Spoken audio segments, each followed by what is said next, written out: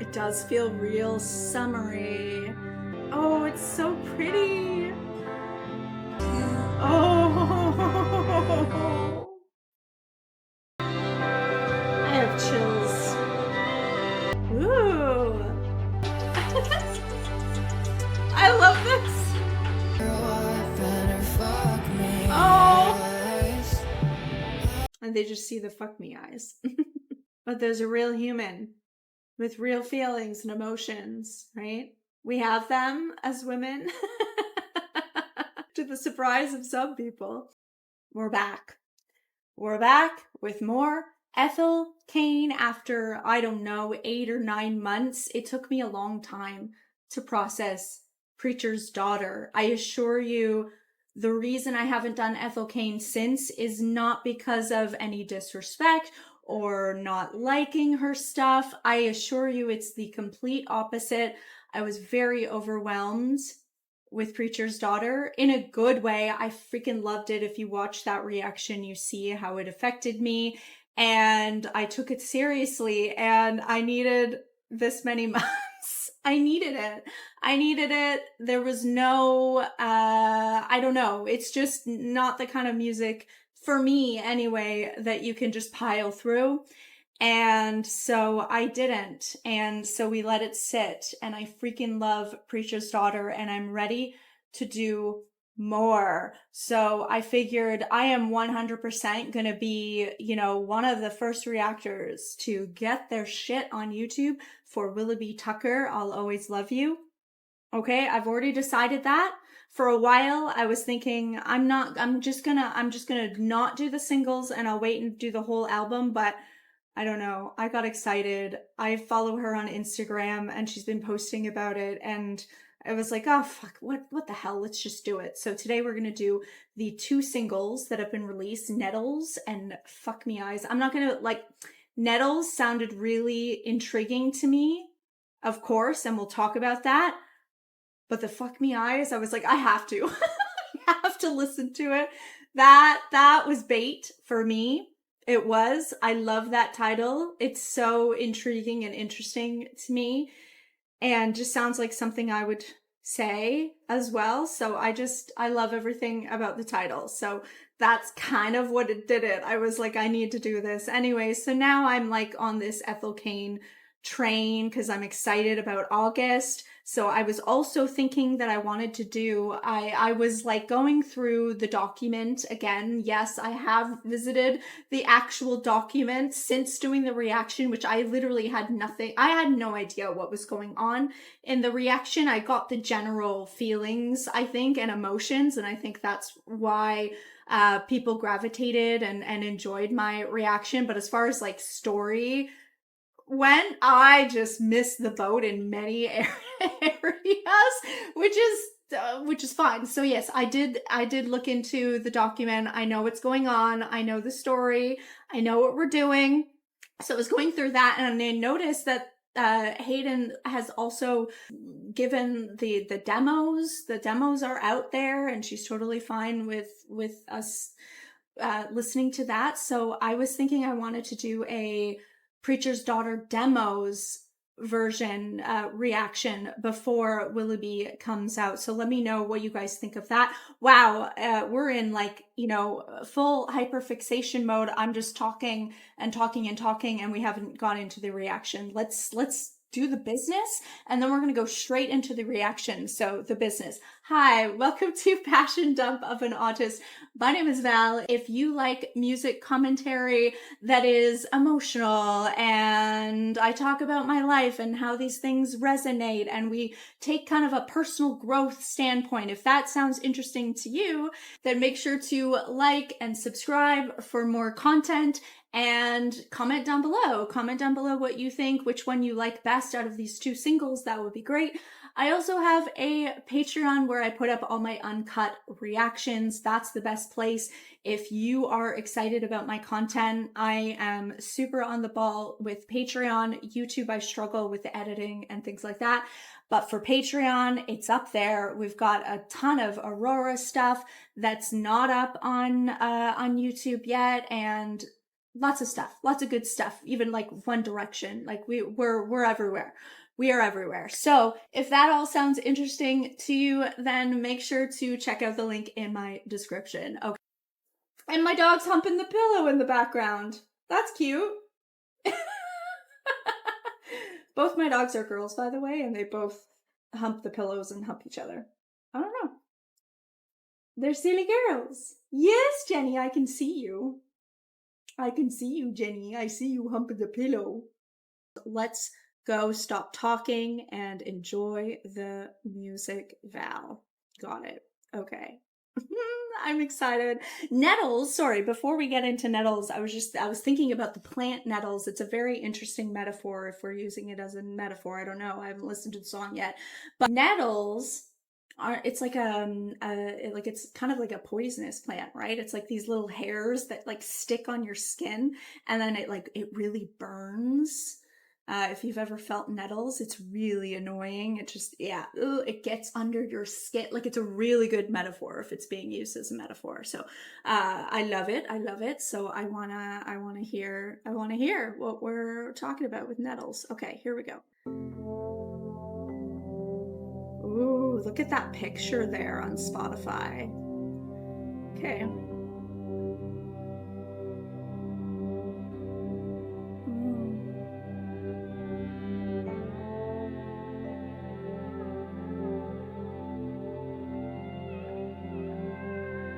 It does feel real summery and warm, buzzy. Everything buzzing around you. I'm sorry. I know. I do this. It's just like I get really excited. Oh, that's the title name. Fuck. Passion dump. Here we go. So we're having the first one. But yeah, just looking at this picture though, and then hearing that introduction, it's like that whole, oh, that's all I needed. And the whole scene is set for me now.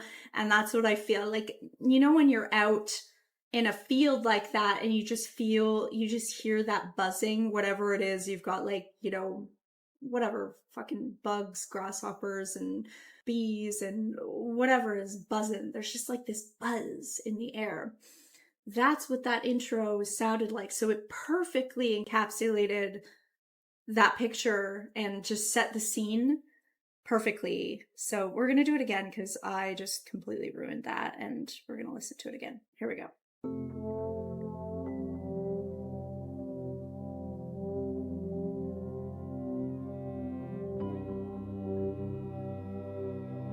Yeah, it's beautiful.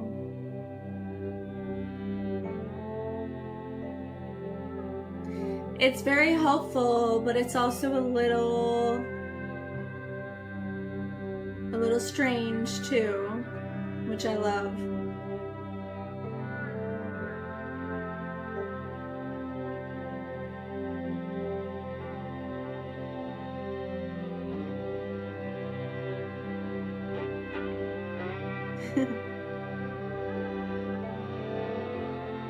Yeah, it's real hopeful. So far. I don't know. I don't want to be fooled.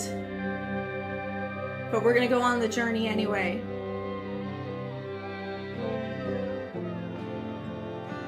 Oh, it's so pretty.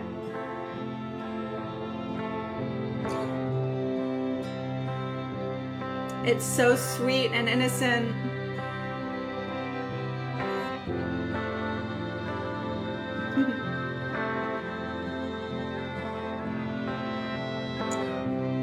It makes me want to go out in nature right now.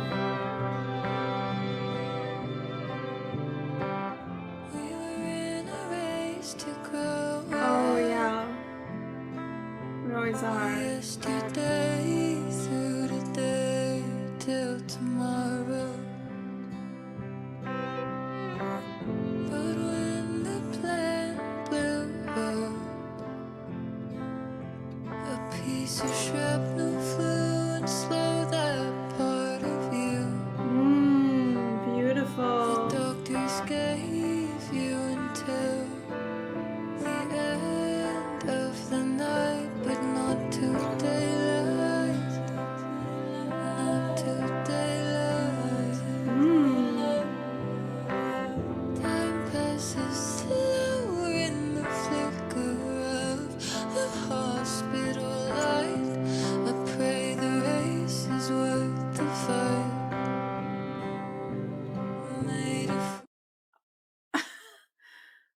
no.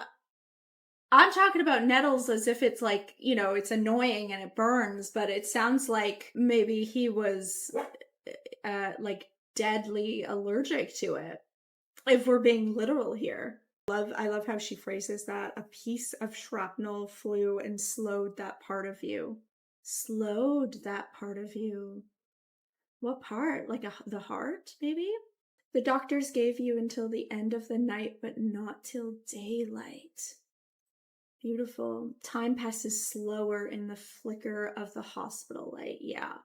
I pray the race is worth the fight. And she started with when we were in a race to grow up yesterday, through today till tomorrow. And then everything slowed down with this happening. The end of the night, but not till daylight. Not till daylight. Time passes slower in the flicker of the hospital light. I pray the race is worth the fight. Made a fool of myself down on Tennessee Street. It wasn't pretty like the movies. It was ugly like what they all did to me. And they did to me what I wouldn't do to anyone. You know that's for sure. Tell me all the Okay, I don't usually like to do Genius, but I know there's a lot of lore, especially in this story, and so I'm not afraid to look at Genius now. Not for Ethel Cain, because I want to know what's going on. Romanticized portrayals of suffering. Right. I love that. Yeah. It was ugly. Like what they all did to me. The cycle of trauma. Yeah. Yep. That all makes sense. Yeah. The pain and suffering. The way it's portrayed in movies and TV shows can be so beautiful and romanticized. And it actually was just, it was ugly and awful. time not to worry.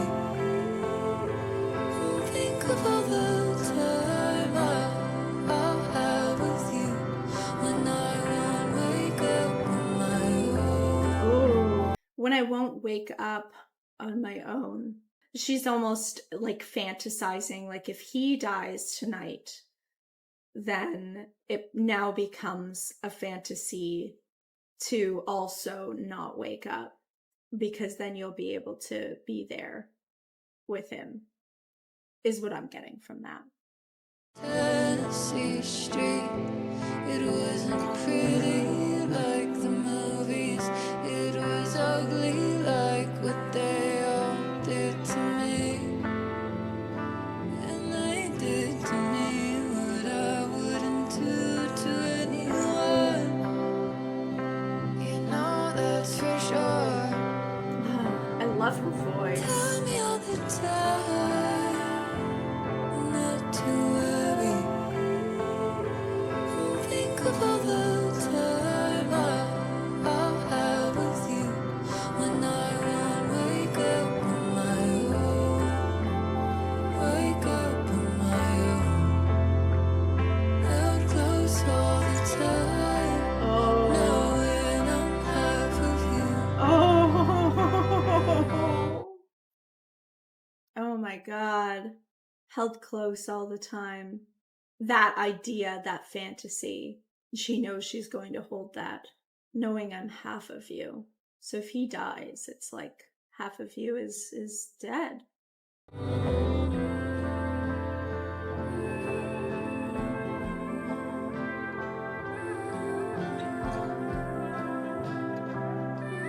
I love the instrumentals being used. It's beautiful.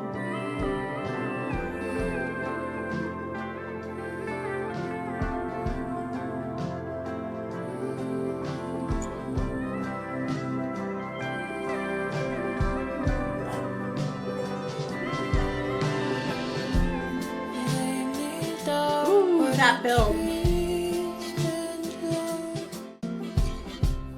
Put me down where the greenery stings. I can hear them singing. To love me is to suffer me. Oh. I believe it. Oh. When I lay with you in that old lane room, wishing I was the way you say you are. You could fight a war, oh, come and say, I want you for me. It's not that hard. That picture on the wall you're scared of looks just like you. I wanna bleed, I wanna hurt the way that boys do. Maybe you're right, and we should stop watching the news. 'Cause baby, I've never seen brown eyes look so blue all the time. I was just wondering because I think when I looked at that picture of the song, it immediately, like, I just thought that's the age that we were at. And I just realized that maybe within the story, this is actually when she lost him. I mean, I don't know. We'll have to, I'll have to, God, I need to revisit Preacher's Daughter. Like I said, I was reading through the document, but I don't remember seeing anything about why they weren't together anymore. Does he die? Is that, I guess that's my question. I don't know. Did we find that out in House in Nebraska? We didn't, did we? I don't know. I gotta listen to that again. I don't know. I'm confusing myself. I'm thinking too hard. I think I just need to enjoy the music. Oh my God. That line, though, to love me is to suffer me, and I believe it. I can hear them singing, and I think she's just talking about, like, you know, maybe some of her family, some of that generational trauma that we talk about. You'll go fight a war, I'll go missing. I warned you, for me, it's not that hard to go missing. That's heartbreaking. The picture on the wall you're scared of looks just like you. Maybe his dad? Oh, I've never seen brown eyes look so blue. 'Cause baby, I've never seen brown eyes look so blue all the time. Oh, pretty. Not to worry, not to worry. Think of all the time I'll have with you when I won't wake up in my room. Wake up in my room. How close all the time. Now when I'm half of you, think of us inside after the wedding,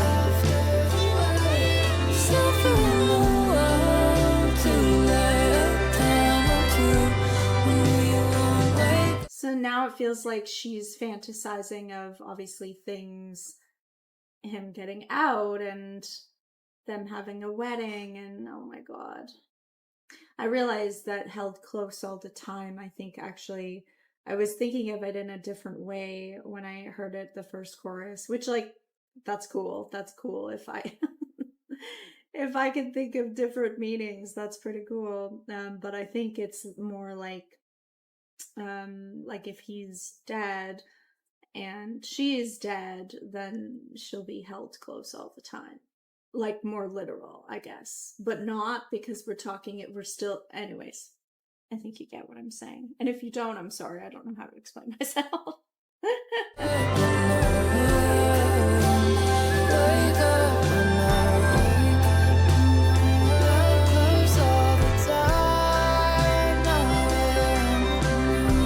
Like, if they're gonna die, they're gonna die together.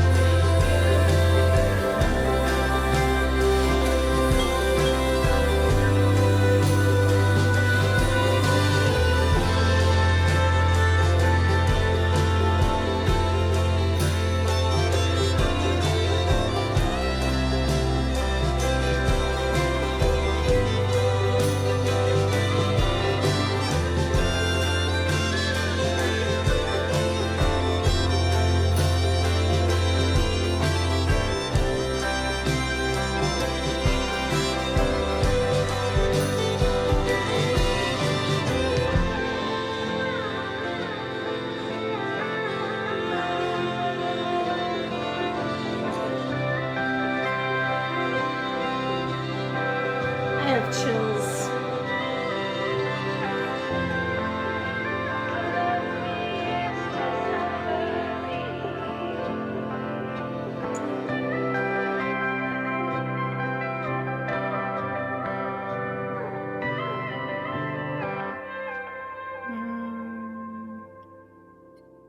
I want to know more.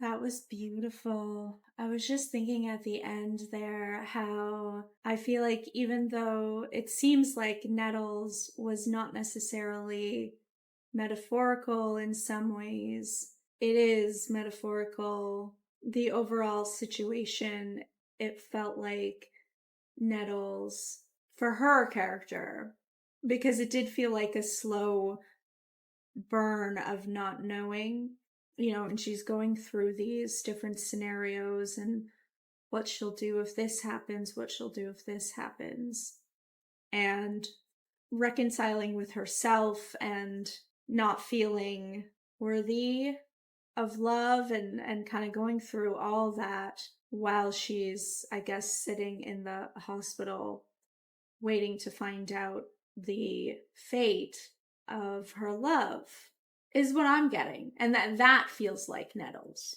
Because like I said, it's like a slow burn, a sting, rather than because the unknown, it's the unknown, it's the not knowing, it's the reeling and going through all the spiraling of all the scenarios and things like that. That was beautiful, and I love the vibe of it. I love a good like country folky, vibe. That was beautiful, and it definitely felt like a hot summer, yeah, out in the field. I love that. I love that. Okay, let's move on to Fuck Me Eyes.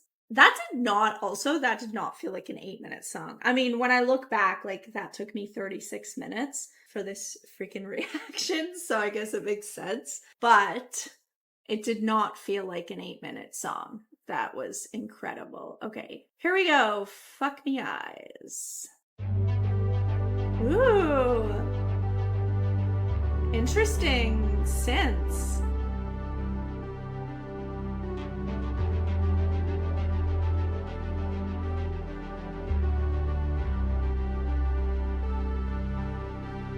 She really gets around town in her own Cadillac, and her mom's jeans that she cut to really show off her ass. She's got her makeup done and her high heels on. She's got her hair up to God. She's gonna get what she wants. Her nails are heartbreak red, 'cause she's a bad motherfucker, and all the boys wanna love her when she bets her fuck me eyes. I love this.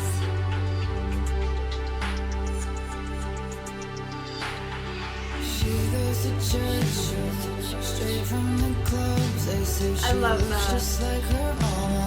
Before the drugs, she just laughs and says, I know. She really taught me well. She's no good at raising children, but she's good at raising hell. Her daddy keeps her in a box, but it's no good. The boys can't get enough of her and her honey. Fuck me eyes.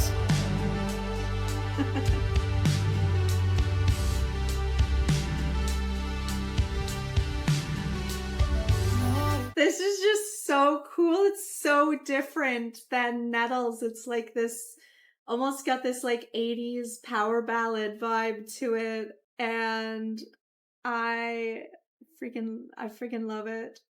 Oh my God. And I love everything about it. It just, I don't know, the storytelling of it. And you can see the picture. And I grew up in a religious background. And so I don't know, I guess it feels nostalgic to me because that juxtaposition of she goes to church straight from the clubs. It just reminds me of just being a teenager and being like one foot in religion and one foot out, and like I was quite rebellious when I was a teenager and like super into just, yeah, just like drinking and wanting to go out and have fun and be sexy. And I was really into that as a teenager. And so it just feels, and it feels nostalgic for me because it just feels like, I don't know, my story in some ways, in that, just the picture of it, I guess. Yeah, anyways, sorry. Let's keep going. Honey, fuck me eyes.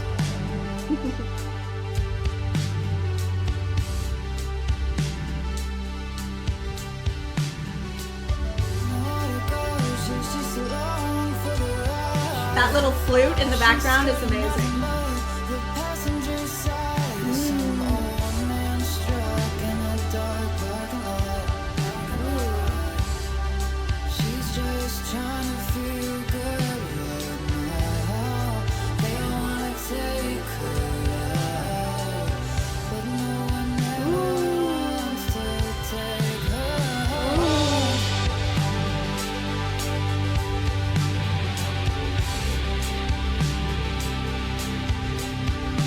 Like they don't want to take her home to mom.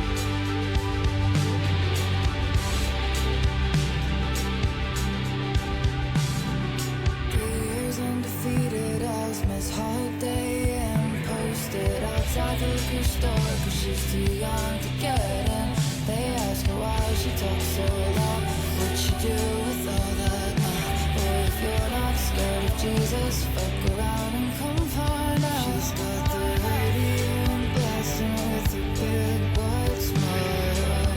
Pretty baby with the miles. And when she leaves, they never see her wipe and her fuck me eyes.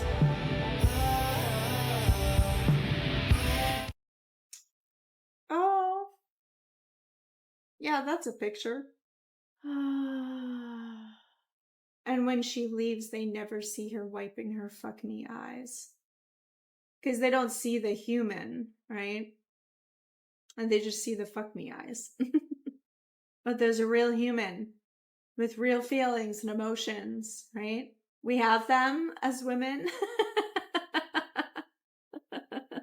To the surprise of some people. Yeah, that hit me. That one hit me. What do you do with all that mouth?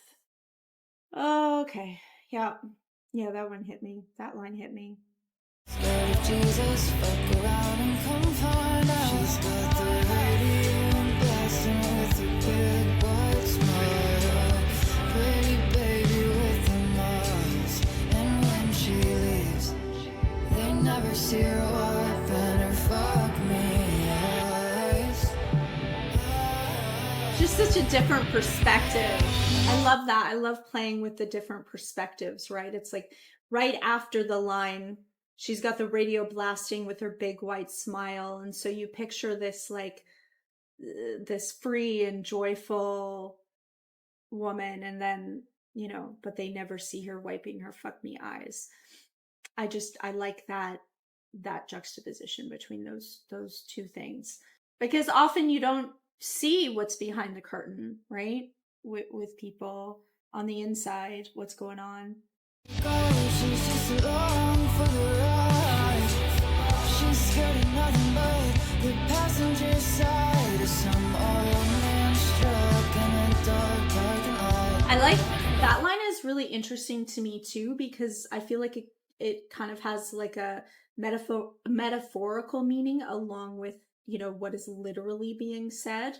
Scared of nothing but the passenger side makes me think of scared of not being the one in control of your life, making someone else the main character, right? And not sitting in your power as a woman and being in the driver's seat of your own life. That's what it brings out for me. But obviously there's the literal meaning too, which totally, I don't know, it might be both. It's interesting. She's just trying to feel good right now. They wanna take her out, but no one ever wants to take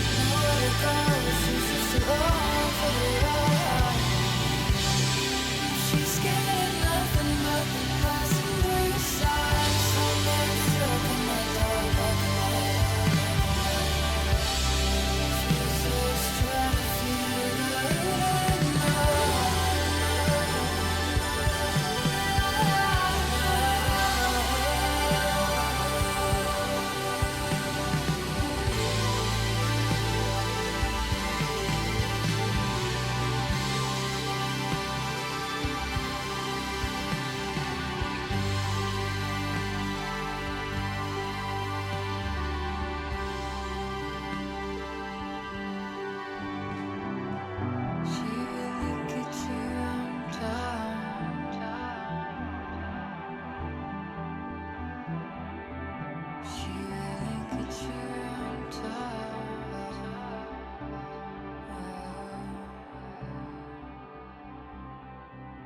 She really gets you on top. That was beautiful. I'm really curious of like which character we're talking about here.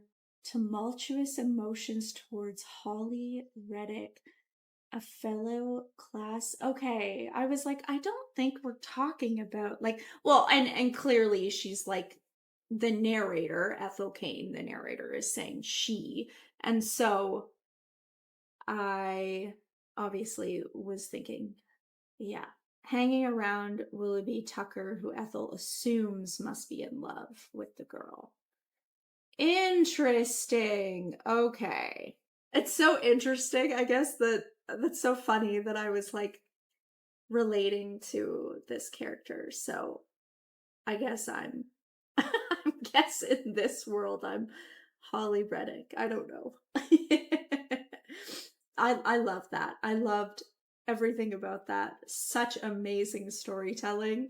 And yeah, oh my god. So knowing that, I'll never blame her. I kind of hate her. I'll never be that kind of angel. So yeah, that insecurity that we were hearing in Nettles as well is coming out here, obviously. I'll never blame her for trying to make it, but I'll never be the kind of angel he would see. Oh, yeah, that bridge hits so much deeper now that I have more of a grasp of the actual context of the story. Ah, I love it. Beautiful. I don't know what that says about me that I'm relating to the other character, but anyways. Because that one line too, I just, yeah, what was it? They never see her wiping her fucking fuck me eyes. Yeah. So good. God, she's such an amazing storyteller, both lyrically and musically.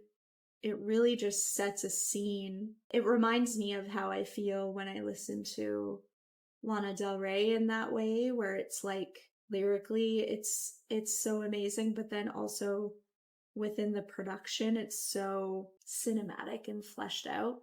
I just love it. God, I can't wait. I can't wait for the rest of this album. It's gonna be in freaking incredible. I'm sure I'll have no idea what's going on when we listen to it, but I still will I will still get the emotions out of it, and I always get things out of it. I just don't always know what's going on within the story, but that's okay. That's okay. That's why we have these amazing people that make these, you know, these documents and fill in the blanks. It's amazing. Anyways, this was way too long of a reaction for two fucking songs, so I don't know. Loved both of these songs. So different, and just have me super excited about the album. So anyways, I hope you guys have a wonderful rest of your day, and yeah, I will see you. I will see you for the next video. We're doing more Ethel Cain soon, I promise.